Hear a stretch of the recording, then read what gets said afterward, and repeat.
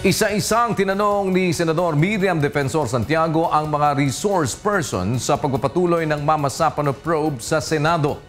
Ito ang balita ni Brian De Paz. Halos isang oras ang pagtatanong ni Senador Miriam Santiago sa mga resource persons sa pagpapatuloy ng Senate probe sa Mama Sapano encounter.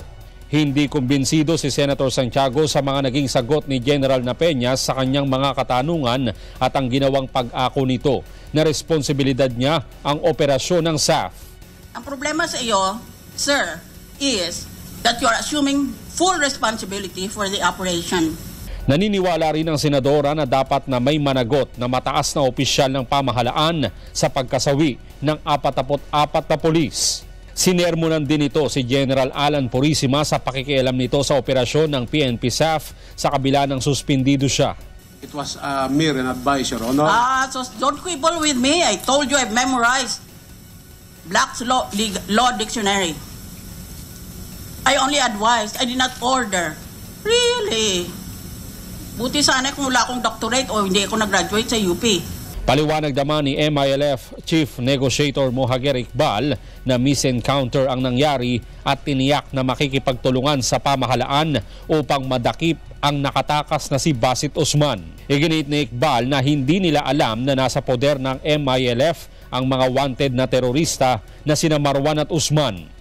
Hindi ho namin alam na nandun si Basit Usman at saka nandun si Marwan. I have my answer. I use the term misencounter because there was no intention on the part of the MILF really to fight the SAP. Sagot naman ni Senador Santiago, that is why we call this a massacre, not an encounter. This is not an encounter. It was a massacre. Dahil pumunta sila dyan sa gitna nitong quadrangle na ito, dyan sila. Wala silang cover dito sa mga punong kahoy na ito. Wala silang cover from the air or from the sea, if there is any. Dyan lang sila.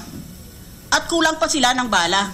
Kaya, nang naubos ang bala nila, all that the MILF and the BIFF did was to go there and shoot them individually one by one. That is a violation, a direct and brutal violation of the Geneva Conventions of War. Samantala, sinabi naman ni DND Secretary Voltaire Gazmi na may ulat silang natanggap na may planong kudeta kay Pangulong Benigno Aquino III. We indeed received those reports and we are still in the process of verifying and confirming all these reports. As far as coup d'etat is concerned, it will entail the support of the military and we are very confident that the military will not be involved in this coup d'etat. Naniniwala naman si Santiago na dapat may pakialam ang Anti-Terrorism Council of the Philippines sa Mama Sapano probe. Ang Anti-Terrorism Council ay binubuo ng Executive Secretary bilang Chairman, DOJ Secretary bilang Vice Chairman, Department of Foreign Affairs, National Defense, Finance Department at National Security Council. Binuo ito matapos na maisabatas ang Human Security Act of 2007. Ayon naman kay Yusek Natalio Icarma, hindi nila saklaw ang operation aspect ng anti-terrorism kundi upang magbigay ng guidelines sa armed forces sa counter-terrorism. Brian De Paz, UNTV News Worldwide.